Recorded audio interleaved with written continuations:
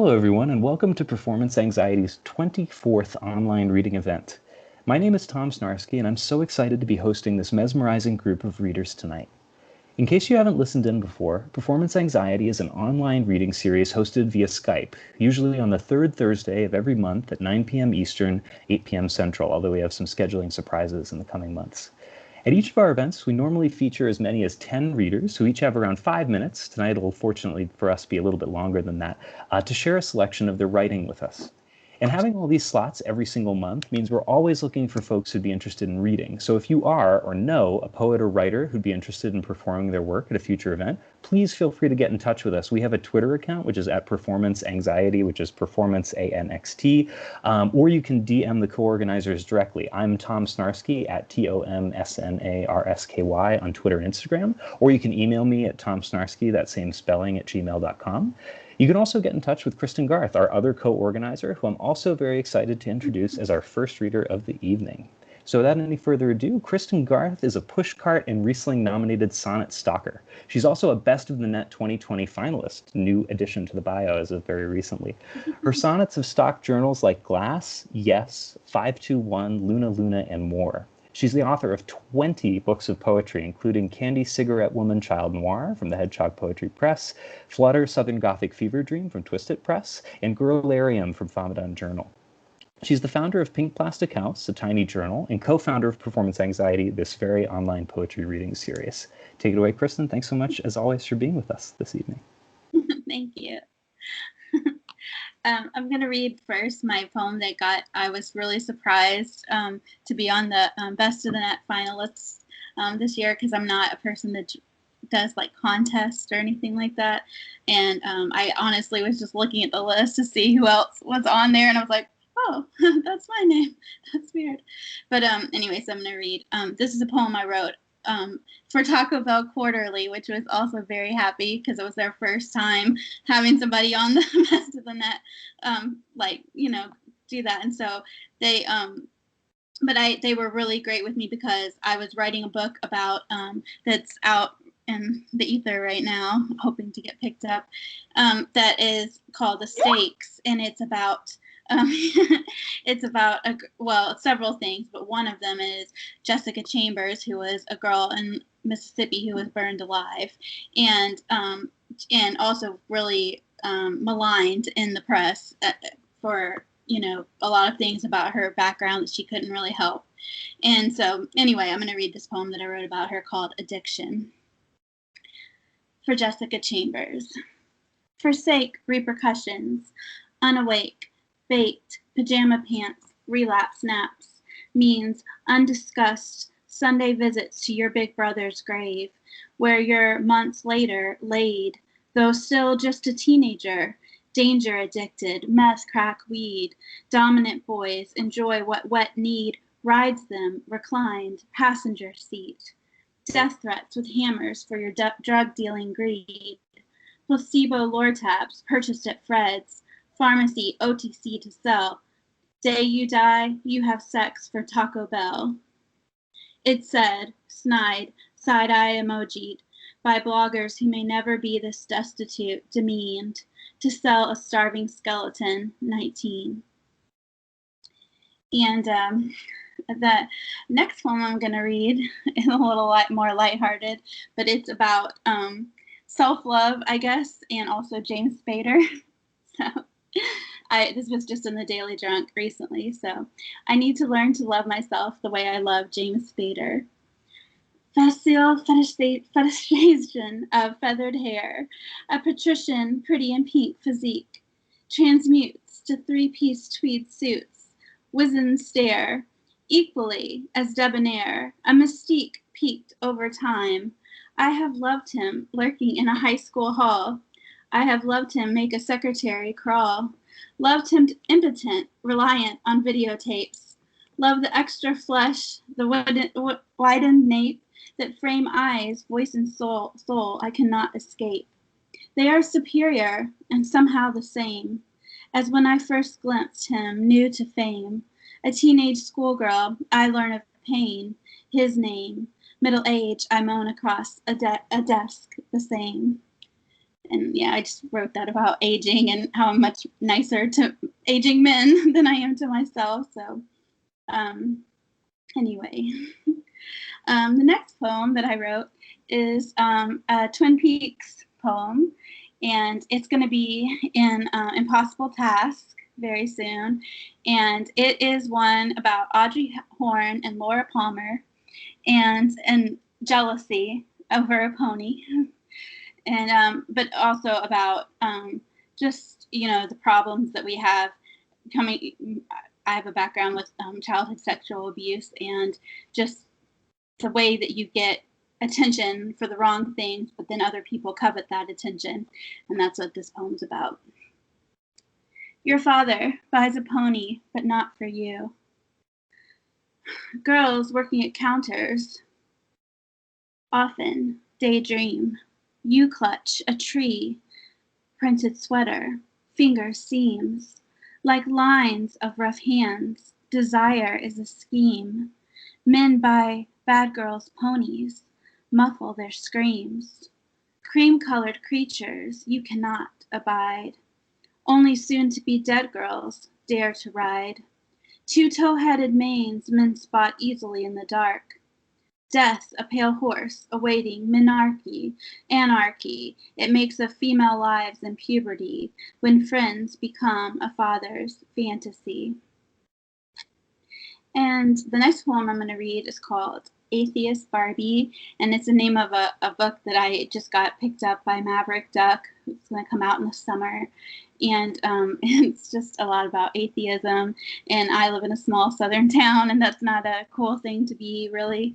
People think you're like a, you know, Satan worshiper, you know, whatever. Like, so I decided to write kind of my version of like Barbie atheism, I guess. So Atheist Barbie is unavailable in stores, believes in Christmas trees, Taylor Swift evermore, with little distinction between the motifs, cute aesthetics without fealty sworn. Like dollhouses dissected their families, some pink plastic posed preternaturally, replaced Puritans overcome with prayers, prurience, pageantry, incest upstairs. A ripped Sunday school dress, nothing beneath. Long hair, dyed forever noir, fresh balsam wreath. Believer in kindness and twinkling lights. Blessings in boudoirs, tempestuous nights, deprived of her breath. Nothing is deeper than sex, not even death. And this next poem I just had come out this week in Famadan Journal, and it was kind of one I wrote about, you know, like losing a friend. But anyway, it's called These Bones. Sequester my specter, soul in plain sight, spread wide skeleton in stratus clouds bound. We speak a dialect beyond wrong and right. Inside a fresh grave, you dig, I shall lie down. Shudder the eyelids, speak summer no more, of lavender nurtured by my decay. Shudder at thoughts I was something adored. These bones a game you decided to play. When they were penetrable, swathed in skin, unblemished its pallor by bruises, bites, without any defenses, stratagem. These bones are too brittle to put up a fight. Cruelest lessons learned on loneliest nights. Resurrection requires a slight respite. And then the last poem I'm going to read, I just wrote today, so it's definitely new shit. It's called Your Guilt Glows in Bars Like Plastic Ceiling Stars. Lived through childhood without any physical scars, at least the kind sunshine outlines, but men all see them plain inside of any bar. Skin map of zinc sulfide blacklight stars. When you sit near strangers in the dark with the thin marred arms of an easy mark, they see their way straight inside, vulnerabilities you cannot hide. Behind your prim, pretty sundress, they know you honor all requests. In parking lots, alleys, suburban woods, you speak fluently their faux incest. A baby face, though they know you're no good. You pass for innocent on sunny streets, and they will punish you for this deceit. Thank you. Thank you so much, Kristin, for leading us off tonight. That again was Kristin Garth, one of the co-organizers of Performance Anxiety. And you can find her on Twitter at Lola and Jolie. So that's at LOLAANDJOLIE. And you can find her website, kristingarth.com, which is KRISTINGARTH.com, for updates about all the stuff that she's got going on, all the new publications, books, and everything else. And I know also Kristin is guest editing an anthology with, I think, the Daily Drunk about Eyes Wide Shut, right? Yes, and if you want to contribute to that, there's a guidelines page at their website under their ebook page on the Daily Drunk. But it can be, art, flash, poetry, or essay on Eyes Wide Shut. And there's still time because it's, I think, the end of March that we start putting it all together. Nice. So if you want to embody the spirit of masks, get in touch with Kristin about some cool Thomas in the anthology. Yeah, I'm excited to be in it, and I know you're editing awesome stuff to go in it too, other stuff that I'm looking forward to reading. Cool. Yes, so thank you again, Kristin, and I'm excited to move into our next reader of the evening, a first-timer at Performance Anxiety who we're very excited to welcome tonight, and that's Grace Lau. Grace is a Hong Kong-born Chinese-Canadian poet living in Toronto. She loves a good gin cocktail, playing basketball, and playing with film cameras. You can find Grace on Twitter at ThrillandGrace, and I'm very excited to welcome her to Performance Anxiety for the very first time. Thanks, Grace, for joining us, and I'm excited to hear your poems. Hey, can you guys hear me okay? Sweet. Yeah, thank you so much for that awesome intro. I am just so, grateful to share the space with so many other amazing poets and writers. And yeah, it's the first time here and got a little bit of anxiety just to kind of fit in with the theme. And I'm going to read 3 poems. The first 2 are from my debut collection, which is coming out in May. And the third one is a more recent one that I wrote last month. So the first poem is called When Yuhua Hamasaki Went Home. And I wrote this after, if anyone watches RuPaul's Drag Race, there was a Chinese queen who was the first, and I think the only Chinese queen that's been on the show so far, at least in the US version. I'm not sure about the UK and the Canadian versions, but I wrote this after Yuhua Hamasaki went home. When a Chinese drag queen finally sachets into the drag race workroom, our ancestors clutch their jade pendants, but no one says anything because our men have been painting their faces and singing in soprano since the 6 dynasties. When my grandma performed in UK, she swung a sword as man, wept as woman, sang as both. Shakespeare isn't the only dragulous form of theater. Chinese girls won't spill the tea as for serving your elders, and the dim sum table is no place for incompetence. Chinese girls are good. Chinese girls are submissive. Chinese girls will do your taxes and fill your prescriptions because survival doesn't always look like a war. Yu Hua, jade flower. Yu Hua, just another man's name. Even our mother tongue is a drag queen. Yes, a Chinese queen calling herself Yu Hua Hamasaki is strange, but maybe it's no stranger than Chinese characters in a Japanese alphabet, kanji, hanzi. Maybe it's no stranger than how we take the names of those who bruise us, husbands, fathers, Nanjing. Maybe it's no stranger than men saying Konnichiwa to me almost everywhere I go. The day RuPaul told the first Chinese drag queen in 10 seasons of Drag Race to sashay away, the sky blushed black and white, a small familiar ache for the Chinese girls who are not good, not submissive, who aren't ashamed to be hungry. My brother, sister, Dragon Queen, this feast is for us.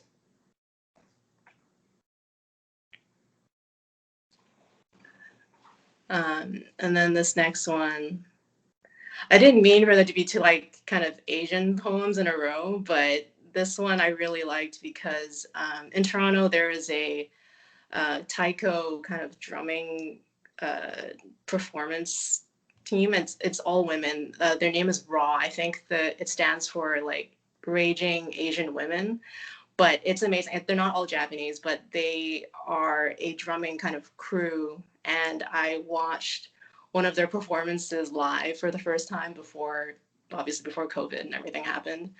And it was the first time I've ever seen a drumming show. And I was just breathtaking, shocked, speechless for like a while after the show was done. So I wrote something after this for them. The thing with Asian women drumming on the taiko is it has to be seen to be believed. An unquiet Asian woman shedding her silence by taking out her anger on the taut skin of a dead animal.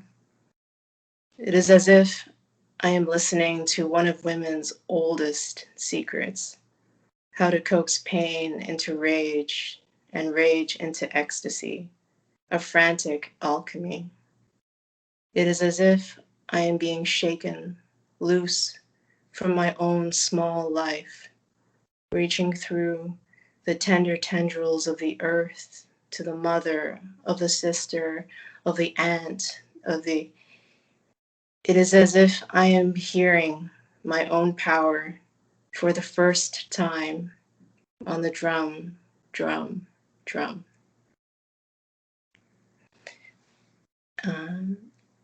And the last poem is the most recent one I wrote. I don't know if you guys listen to Billie Eilish. I never thought I would be like a Billie Eilish kind of listener, but I really liked Everything I Wanted, which is a song that she wrote about her relationship with her brother Phineas. And I think that their relationship is the most kind of wholesome, beautiful thing. You don't see a lot of kind of sibling love in mainstream media or in music like that. So I have a brother. He's 5 years younger than me. And I wrote this for him. Everything I Wanted. Like a good sister, I always left you all the chocolate and cakes and mom's lamingtons. But we both knew I was only a sister who didn't have a sweet tooth.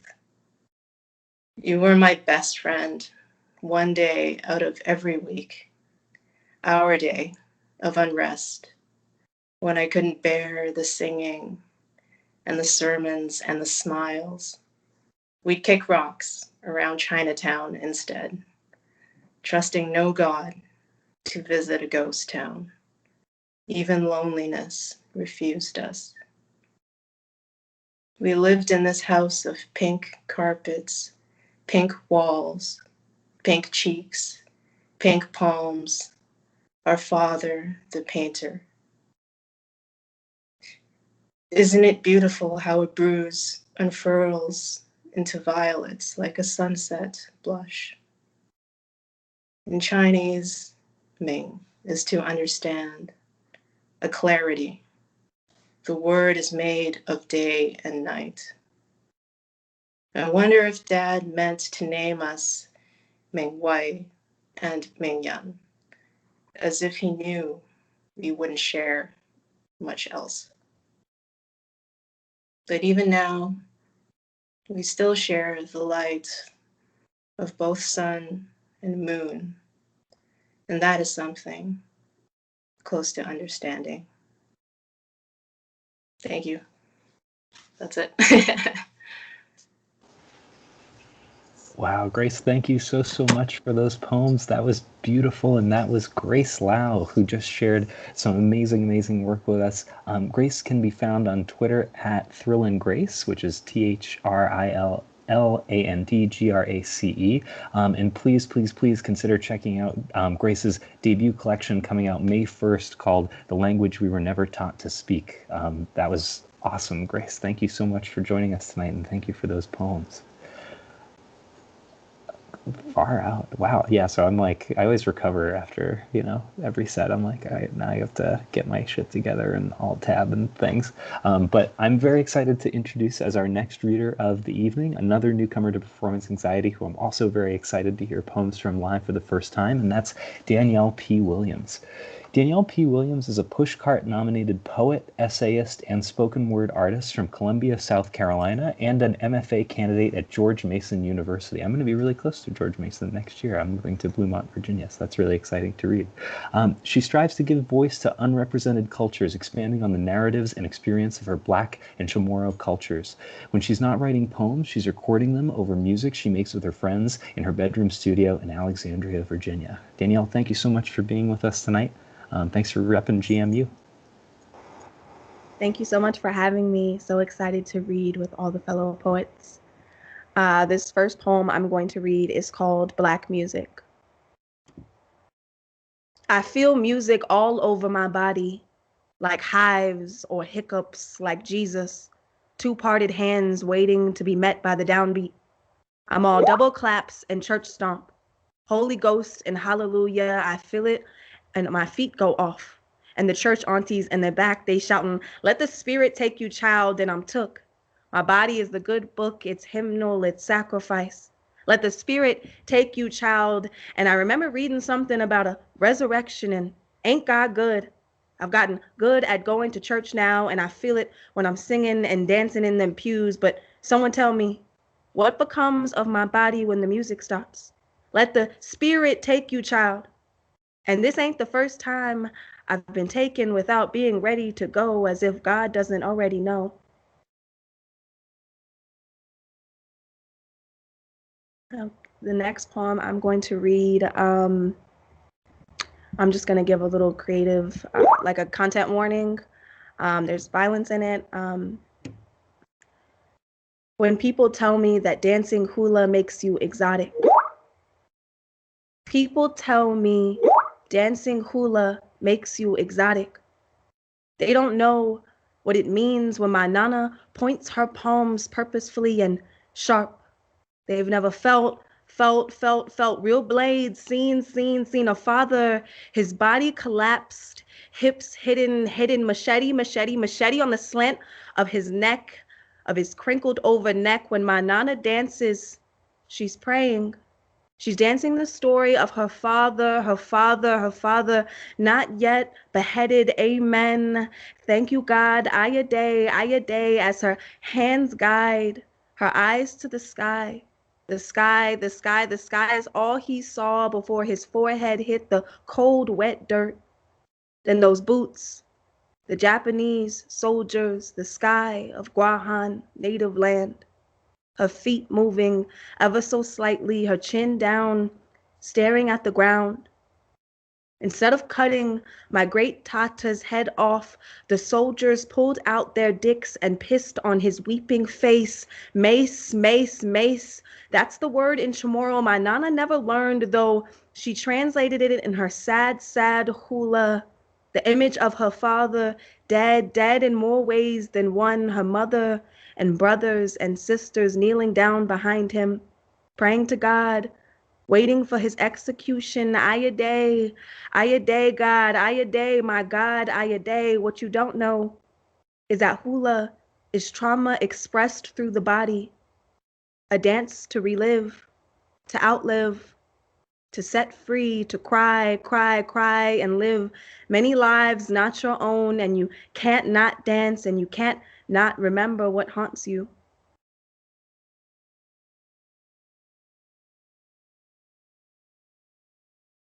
Okay, I'm gonna read one more poem.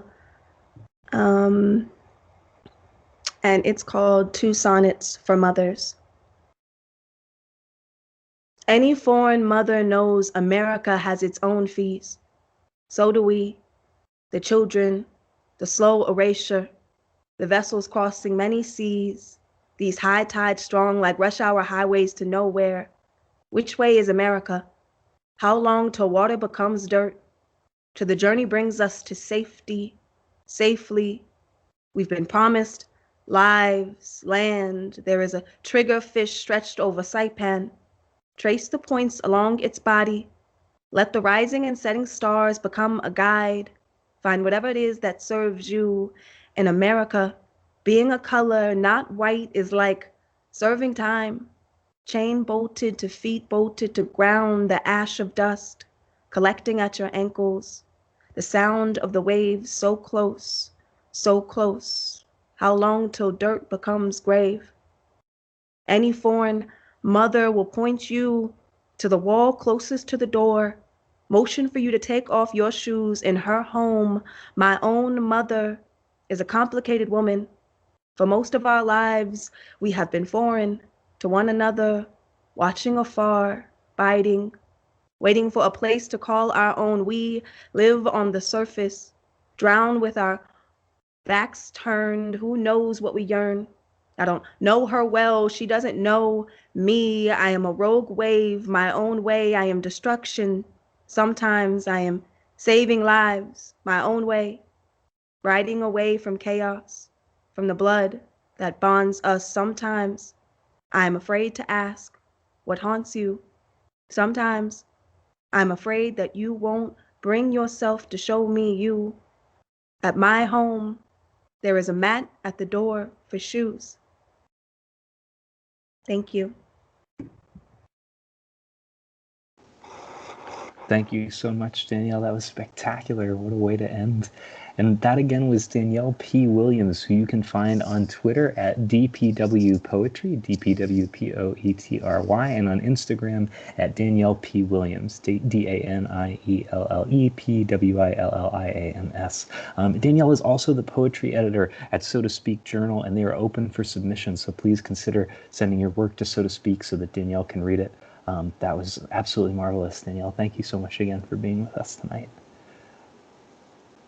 And already we're at our fourth reader of the evening. Time flies when poems are happening. Another newcomer to performance anxiety, but someone whose poems I've admired very much. I have like a little tiny bookmark of this book called Exclusions, which I'm excited to introduce, and this is Noah Falck. Noah Falck is the author of Exclusions from Tupelo Press in 2020. His work has appeared in Kenyon Review, Literary Hub, Poetry Daily, and Poets.org. He lives in Buffalo, New York, where he works as education director at Just Buffalo Literary Center and curates the Silo City Reading Series, a multimedia poetry series inside a 130-foot-high abandoned grain elevator. So thank you for gracing the Skype version of a grain elevator tonight. No, I'm excited to hear these poems. I'm going to have my bookmark here just chilling. Thanks, Tom. Thanks, Tom and Kristin, for actually having me in this space. It's really wonderful to always hear poems and engage in whatever these virtual communities hold inside them. And so far, it's been really a blessing for this evening. So I'm just going to read 4 poems from the Exclusions book. They're pretty short.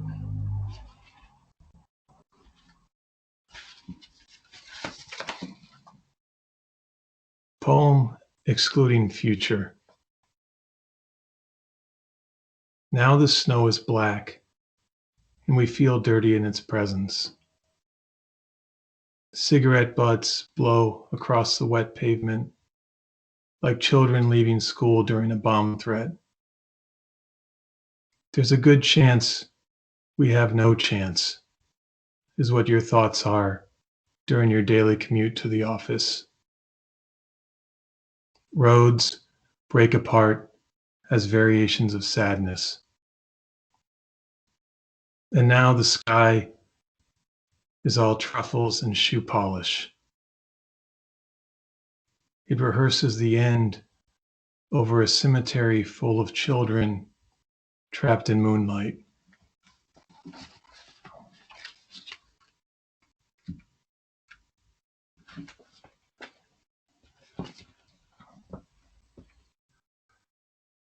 Poem excluding answers.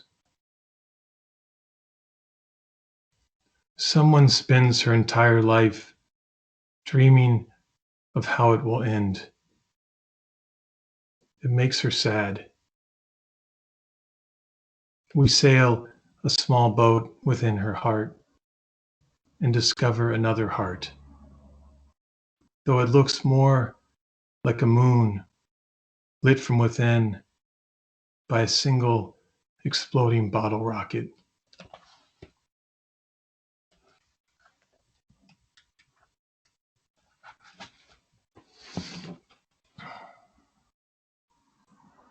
Poem excluding shower scene.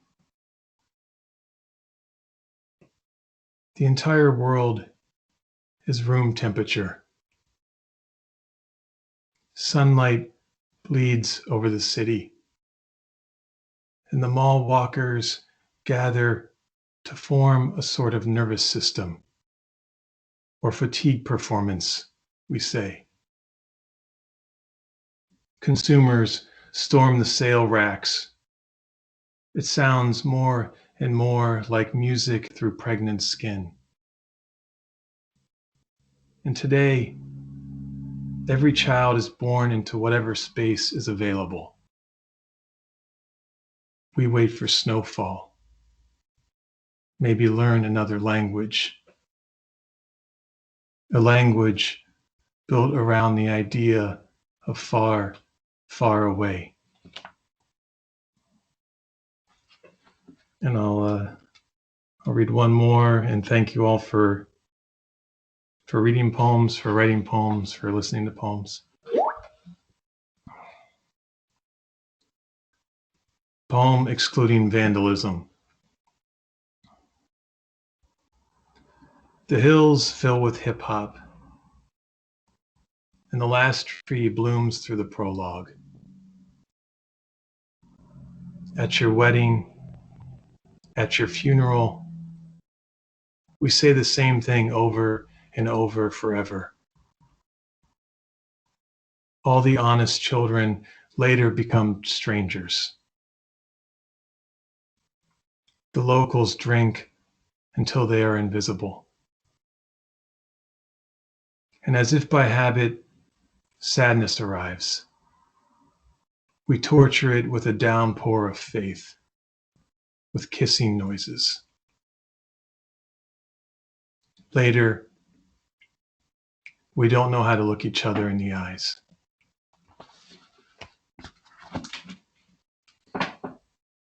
Thanks so much. Thank you so much, Noah. That again was Noah Falck, who is on Twitter at NOFALCK and on Instagram at Noah Falck, NOAHFALCK.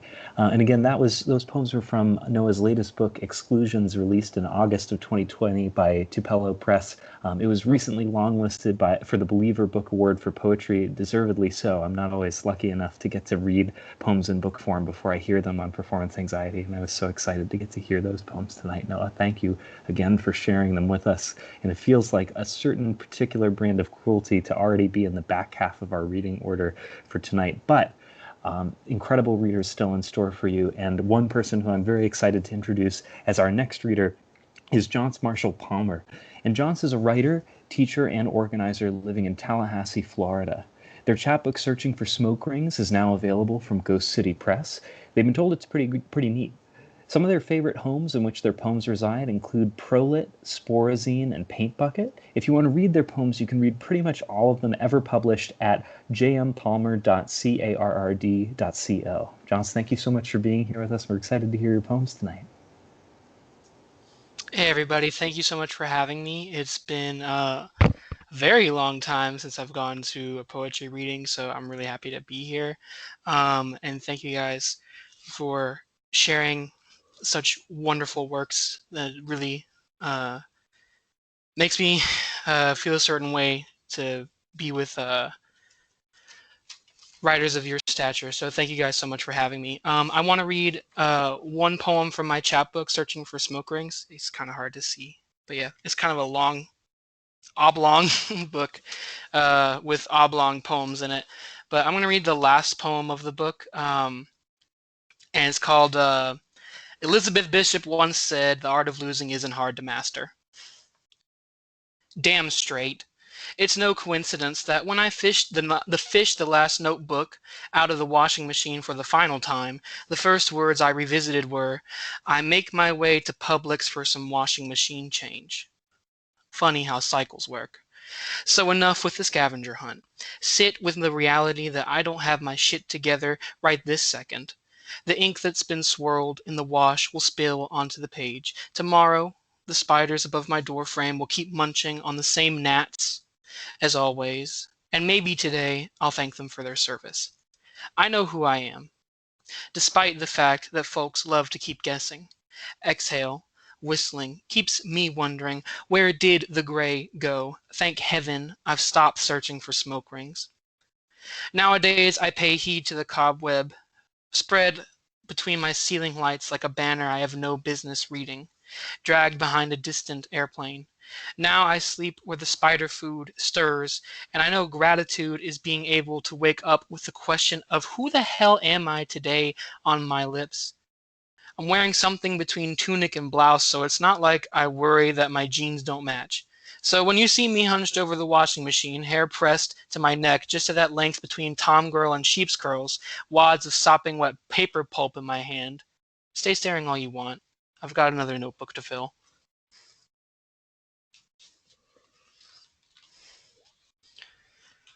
Elizabeth Bishop Hive, yes. Indeed. Okay. So yeah, that's the last poem in my chapbook, Searching for Smoke Rings, which I've been working on that manuscript for a long time. The pandemic almost ate it up, chewed it up and spit it out, but it wound up coming together. So I'm very thankful that that worked out. I'm going to read some other poems from a manuscript I'm still working on called Anti-Pastoral, it's tentative title. First, I'm going to read a poem called Cold Snap, with a little epigraph from, not new shit yet. I'll let you know when the new shit comes. This is like several months old, but I will request the new shit in the chat. Okay, so this one's Cold Snap. It has an epigraph from Robert Rossner, Bulletin of the Atomic Scientists. What we have called the new abnormal last year now has become an apparently enduring, disturbing reality in which things are not getting better. You tick like ball bearings in a Rolex that doesn't stop. There are barely minutes to midnight. Each branch is a fortune untold. No two nettles the same green all over. You have looked hard enough. Worry on your wing, not the bare branch. Each year they turn brown for the same answer, says the parent whose child will die. Instead of trusting your instincts, you should have known when to make new ones, says any raving evangel of the anti-earth. The future comes a little faster with every lukewarm winter.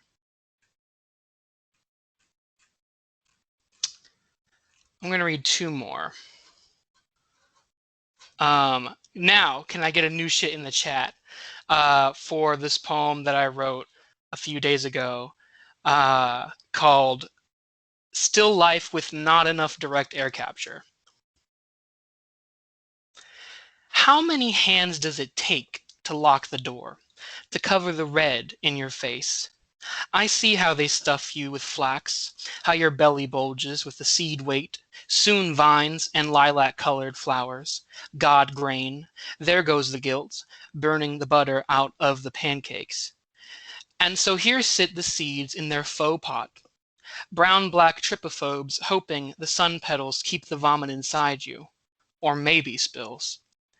Some days I feel the urge to open inside out, scrape out the gunk I feel in my chest when I wake up. I put it there. Shit. Another wraparound. Bright green and trying to fool your feeling, just rest as long as you can. And when you jolt upright, the hot iron will be waiting on the desk, scrape all the scabs off, clean it when you're done. Because there is something sweeter, even though we hardly remember it. We're born before its time, generations not fully knowing what was lost, not there to lose it.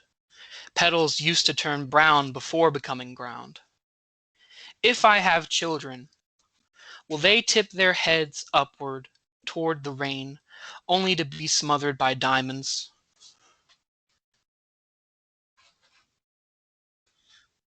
Okay, I have one more. And this is from a time when I was working in a call center. I was working from home, and I was calling people to fill out surveys. And easily, that job killed more of my brain cells than any job really I've ever had. So this is from that period of my life a few months ago, and it's called "Your Call Has Been Forwarded to an Automatic Voice." Funny how it never graces automatic ears. Like, voicemail is meant to amplify the message and not the bandwidth to hear it. It matters whether you funnel something inward or spewed out. Copper plates cup the delicate fold of a bat's outer ear for a bowl that holds more. I call the next person in the queue and think, does it ever get to be too much for them? All the sounds, especially when they're flying. If they did, they wouldn't be able to hunt and would have died out. Tell that to the woman on the other line. She dropped the phone, and I can hear it dangling by the cord. That's the first thing. Underneath that are her hurrying footsteps, socks smearing against the hardwood towards an open door. The last thing I can make out for sure is her gasp. The sky is full of bats. Hundreds of brown shadows, blackened by the backlight of the sun, flickers like light over disturbed water, full of sounds. One last thing I may be hearing. Somewhere in the throng, I think a bat is full of sound, too cluttered by the wingspans in their periphery to let anything out and stay out. The air rushes past the ears, nose, wings, whine of rushing past, eyes clenched and trusting the ticking dial in their chest. I think the bat is chirping, groping with their voice, only to have the sound scattered across all the bodies. With the phone swinging from the cord, knocking against the woman's wall, I can't hear all the flapping, just chirps. Too high a frequency for human ears to hear, but loud enough to feel. Claustrophobia at my desk by the window, blown in from another sky. That's all I got. Thank you guys again for having me. Thank you so much, Jonce. That was, again, Jonce Marshall Palmer, who you can find on Twitter at Master of Musics, MasterofMusix. And you can, again, find Jonce's work as it's coming out at jmpalmer.carrd.co. Be on the lookout for a poem of theirs coming out in Protean magazine called My Climate, and I cannot recommend enough Searching for Smoke Rings, the book that Jonce was holding up earlier. It's the only book that stands up to, it's sitting up in my cabinet next to the old research issues, because it's the only one tall enough, the only chapbook that can handle, that sort of, that height. Again, that was awesome, and that was Jonce Marshall Palmer. So 3 readers left, all of whom I'm deeply excited to introduce, and the first of them is Jake Byrne. And Jake Byrne is a queer poet whose work can be read in CV2, Cosmonauts Avenue, Bat City Review, and Underblown.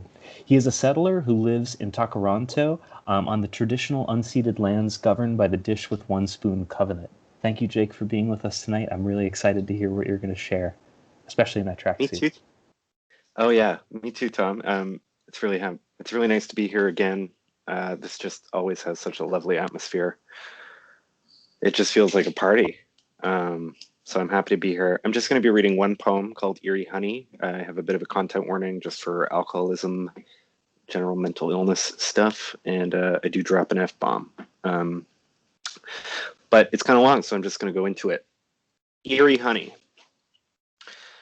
It was a rum-soaked plum cake in my mouth. I stuffed it there because my cat was going to eat it. If my cat dies, I do. And he will. And the name of that day is Erie Honey. I haven't yet divulged to you that when I was 14, I dreamed of carving purity into my arm and drinking the liquor that flowed from the cast. I was sickened by dreams, fevers, crashing waves of blood sugar. Better to carve your mother's name into your palm. The palms of the hand are so rarely exposed in conversation. Why magicians put coins in them. And the plums were ringed in the middle of the sponge and purple and red like blood. And when a friend saw it, I was too proud, still am too proud, for there is so much blood I don't know the name of. There is the clanging of a bell, a loud, fell bell, an Edgar Allan Poe style bell in the sacred temple of my brain, now clanging as though it were inflamed by Sazerac and all the blood I own but cannot name. It is only life as we choose to ignore it. The blood is the one true thing of yours you own and can give away. My grandmother's Negroni recipe, the bad thing my daddy's daddy did to not be killed or hungry. I see the photo of us where I look like him and I touch his face when I touch my face in the mirror. Just a tad, brunette, the same bad choices. I do not know my daddy's phone number. We haven't spoken in 8 months at least. I haven't had a drop to drink in 7 years, but I am California sober, which is not sober. The soundtrack in the bar, covered in posters and photographs of forgotten movie stars, dark forest green wood, an ATM, a stink of piss and cigarettes, me at the ATM soaked in my own piss on somebody else's couch or mattress, and Daddy always knew, always could tell the shameful stink of hangover. I do not know the wounds of my ancestors. I do not know their names, but their wounds know me. I am so drunk I have forgotten your name. Does that make me a monster? I'm sorry to be such a bummer when we're trying to have some fun at this bar in Budapest, in Madrid, in Tokyo, in Prague, the youth hostel, in the famous Ruin Bar. We are trying to have a little fun and having a little drink or two before therapy. I call it a variation on Negroni. I find it makes the words pour easily. An Americano, I am having a martini. I love Americanos made with sweet vermouth and a piano's glissando, shaken in a silver jar. In Poland or in Hungary, in Ontario or Boston we loved. Just a little cocktail before therapy. It's been 8 months since I spoke to Daddy and I don't know his number. Never have. Probably never will. Nobody's spoken to him in a long time. But he will be fine. His behavior has always been extremely normal. Never seen him drink. I love an Americano because they taste of metal. They taste of blood that is the eerie honey to the 2 billion or so thirsty humans that predate me. In my family, this is normal behavior. Drink the Negroni out of a chalice polished from a human skull. The resolve to never drink again resolves itself as everything does around the orbit of the sun, a bar in which the ATM is right next to the bathroom, reeks of piss.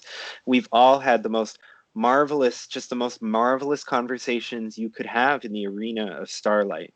Card games with conversations in which I was unspeakably cruel, and we're partying now, baby, it's fun, and we're horny with Daddy, it's time for karaoke. I went up to the mic 26 times, one song for each year of my life. I sang songs of blood, yes, songs of the blood of my family, and a few by Kate Bush.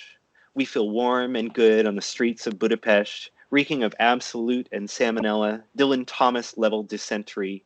Could I still ring my daddy's number then? What doctor's office was he sleeping in? How many coins can you skip on the surface of a drink? How many drinks can you skip? My small town party trick.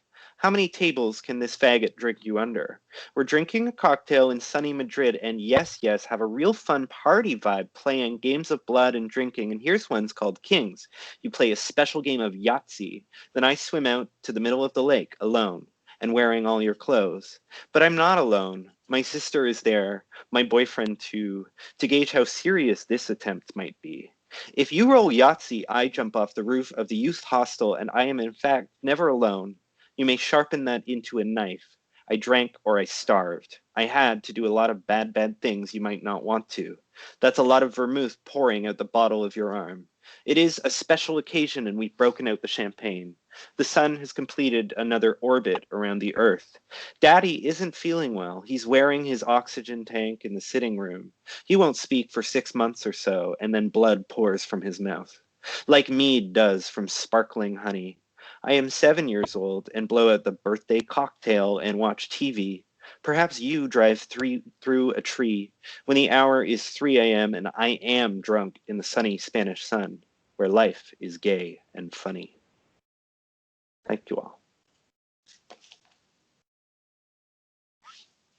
Damn, Jake, thank you very much for that poem. I feel like Elizabeth Bishop is here with us because of Jonce's poem and the gay ending, like her sonnet, and that was just beautiful. That again was Jake Byrne, who you can find on Twitter at Jake Byrne Writes, JakeByrnewrites.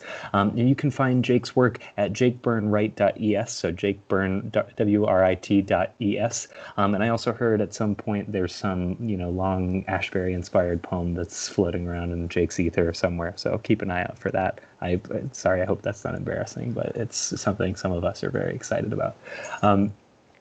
So our penultimate reader of the evening, who I'm very excited to welcome back to Performance Anxiety. I think the last time she was on was in recorded ghost mode, but I'm very glad to have her live tonight, and that is Kailey Tedesco. Kailey Tedesco lives in Pennsylvania with her husband and many pets. She's the author of She Used to Be on a Milk Carton, Lizzie, Speak, and The New Forever House from White Stag Publishing.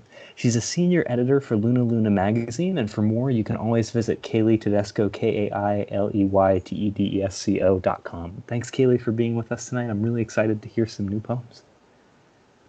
Thank you so much. I'm really excited to be here as well. I'm going to be reading From Forever House, which is my new collection. It came out somewhat recently in November from White Stag Publishing. This is a collection about hauntings. It's about kind of like a scary afterlife storytelling. So I won't go on about it too much, but the first poem I'm going to read from it is called Mother Moonlights as Bloody Mary. And Bloody Mary is a recurring character throughout the collection. She split, body and spirit, one in the raspberry bramble with her mother body, the other stuck in my window pane painted white. I am not allowed the chocolate I stole, and so I'm sent to the hall mirror's sing-song, sheet body, and wall gleam. My eyes become invisible thistles underneath, and the mother parts make me overly precautious. I stretch on the bear rug, kissing its snout, labelle et labette. This whole time, I think I have been digging for hell, just to prove it's a place I haven't already been. The next poem I'm going to read is called Spellbreak. Where do I go when I die? Hell, we know, is all the Puritans who believed in a God, legendary storyteller, like all the times I've kept a flashlight beneath my chin, laced my fingers to reveal the people beneath an imaginary steeple. Where do I go when I die? I've been possessed, and every time it feels like my body is a forest of corn husks and orange rot and overcast and kindling. I am also inside of the forest, my body, all alone in a candy house, my pots and pans all edible, and everyone is afraid, especially the infant of me. Where do I go when I die? The forest is haunted, and I know this from dreams of curdled milk and egg juice now cherried. I wear garbandine in sunrise colors and pray for someone to find me inside my own firing synapses. Where do I go when I die? I'm waiting for you to tell the story, but all I can hear is distortion pedals, dog barks, glockenspiel, and cellos, and I can't find God anywhere. And you left when I stopped singing, and now my insides are becoming the pando. I'm breaching the wood tide, becoming a forest with just one kind of tree. I'm going to skip a little in the collection. I'm going to read a poem called Antrim, which is partially inspired by childhood memories of mine growing up in the New Jersey Pine Barrens. But it's also titled after a movie called Antrim, which is a cursed film, supposedly. And the curse says that it's the deadliest film that was ever made. And if you watch it, bad things will happen to you. I watched it and I'm okay so far. But that's the story. My whole body convulses in the direction of memory. I come from the cul-de-sac to unchoke Bloody Mary from her burial and curse the men with salt guns who hunted in this very town, made seedlings of their wives. Too often, I feel her in my dreams, my old mother coming toward me with nubbed wrists, hands taxidermied on the walls, glass eyes glued to the third finger. In New Jersey, dirt becomes sand, becomes clay. My sleeves in the dirt become cornhusk dollies, and I emerge fully pining, speaking tongue-kin and slitting my own palms in tryst. Safer for now to keepsake my blood. I'm feral in my craving for the bread sop of plated meat, fruit-stained hands and aprons. Bloody Mary left gold lockets in my mattress as a token of her appreciation, and I sign her books easily and crumble Thumbelina. Mother has her hands back now and uses them to warn me of floorboards and becoming kept beneath them. I'm so small, all my hems curl upwards, making it necessary for Bibles to press my dresses. I'm most frightened of becoming pieced, my bones dancing macabre from my skin, miniature as teeth. Bloody Mary learns to lick her own wounds, and so it is polite to let her alone once she's been unearthed.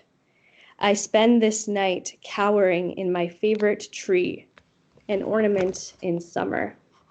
And I'm just going to read one final poem, a shorter one called Bloody Mary as a Guide. Rest your soft claws exhausted. I am well dressed in a suit of tooth plaque scraped from my incisors, a shrinking violet in a fit of unmutilation. I drowse in the dumbwaiter, and your disapproval mounts, shifts. The hearth flames quake at my complexion, make me wrinkle prematurely, age-spotted despite my maiden phase. And here we gray mutual, you and I, and our beaked fascinators carouseling the family plot, swelling to be milked. The names of past guardians become a swish of blood at the back of my best mouth. I use all of this to douse myself with the aprons of a girl forever shy of mother. I copulate freely. My body is a copula. I know you sold your soul once upon a time in a Faust pact just to conjure a breathing shriek from my grown torso. What gift could I ask for that you haven't already given? Thank you so much. Thank you, Kailey, for those beautiful, beautiful poems and for proving that analytic philosophers are not the only people who can use copula in a good way. That was fantastic. And that again was Kailey Tedesco, who you can find on Twitter and Instagram at Kailey Tedesco, KaileyTedesco. And Kailey's new book, Forever House, was again recently released from White Stag Publishing. I think we heard some poems, or most of the poems there from Forever House tonight, and please check it out. It's a beautiful masterwork, and I was really excited to get to hear from it. Wow, yeah, so again, as I get my shit together post reading set, It's crazy to me already that we're at our last reader of the evening, but it's someone who I'm very excited to introduce, and that is Jack Bachmann. And Jack Bachmann is a poet and worker in Minneapolis, Minnesota, interested in affection, collaboration, distraction, and the earth. Jack wrote the chapbook Dayglow from Ghost City Press in 2019 and the microchap Soft Static Crushes from Ghost City Press in 2020. I'm glad that Ghost City is so well represented with us tonight. So Jack, take it away. Thank you so much for being with us, and I'm really excited to hear what you're going to share tonight. Sweet. Yeah, I'm really excited to share. Hopefully it all goes well. I have a lot of anxiety right now, and so that tends to make me read really fast. So I thought I'd start off with a poem that I think sounds cooler when it is read fast, like too fast. So my apologies if I'm just speeding through this one. Communion, then hyperstition, only waterfall, waterfall, Byrne wanting the and to warping, to frictive, disoriented, liminally lilting, turns hyperstition whistling, I nihilist fascism, colon imagines, succumbs with found walls at chokes, clearly falling through desire, extort sympathist entirely, with there some scene non-quiet is intentionally not wanting, embers projecting, not maybe banality imminent, the diamonds so fire begrudging exception, the unhappening conflation, this values into active light navigating. Boil utopia, I drowning more rapping, the its depths, that piecemeal valued null, atonal, a cool never unwitness, breathes oblivion betrayal section. We sycophants and optimistic, this of a sinkhole centrist. The project walls word present of into liminal moment, rude only inevitably pressing and urging. Imagine jump floors, your irony is non-chokes. Within rapping drives life, limitless, I pierce dive, just a natural releasing, shaking or lugging open of a warping, our gurgling and other lossless breathes.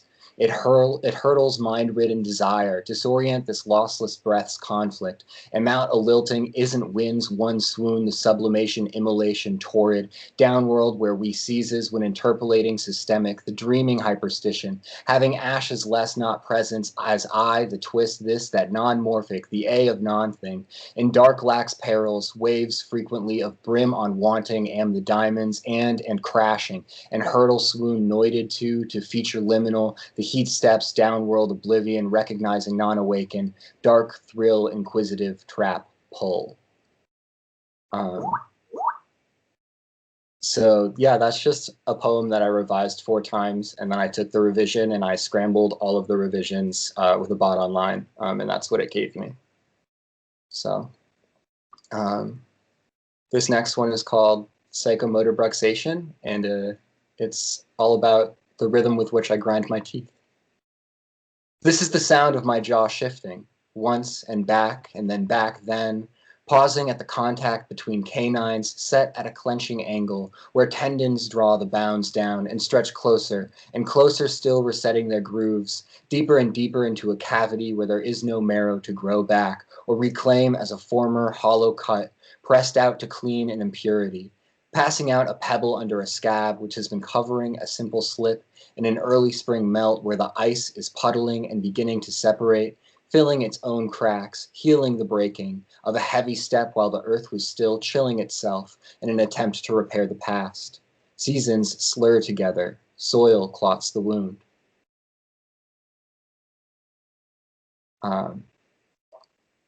This one is an elegy for a friend of mine, and is also about an elegy written about him. It's called Elegy for Will Number 4, finally completed. I am looking for your elegy in my small archive, hoping to trembling hold a ghost of love for you. What I held of your body is resting on the shelf, not even a whisper of your hand, no notes, no nothing. The last step we took together, we talked about the lamb, and which book did you want to become? Your posthumous collection, collected as project, as one who had plenty to say and cannot say any more. Spine worn until the title is filled with loss, and the compressing action of the stitch is meaningless when the cover falls away. In my hands, I am letting your ghost age so that it may one day die naturally, without interference.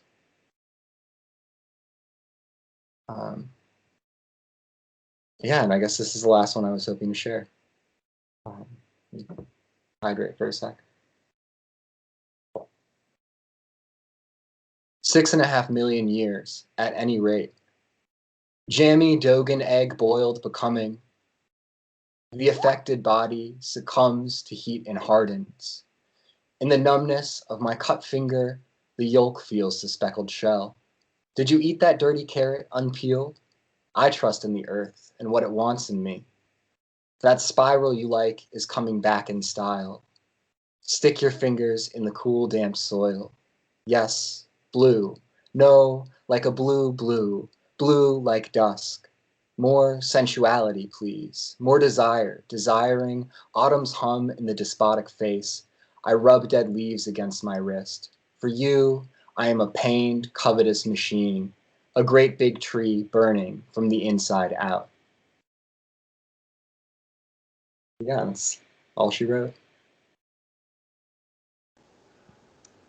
Thank you, Jack, for taking us out on such a beautiful high note. That again was Jack Bachmann, who is again on Twitter at QuasiReader, which is QuasiReader. And Jack was too humble to brag about stuff on the little braggy part of the forum, but please read Jack's poems in Metatron's Omega because there's 2 of them and they're amazing. And I am in awe of the print energy that you brought into our beautiful reading this evening. So thank you for doing that. Jeremy Print is here, Elizabeth Bishop is here. It's a fucking star-studded 20th century show. So what better way to end than that? I just want to say a couple of quick things to wrap up for tonight.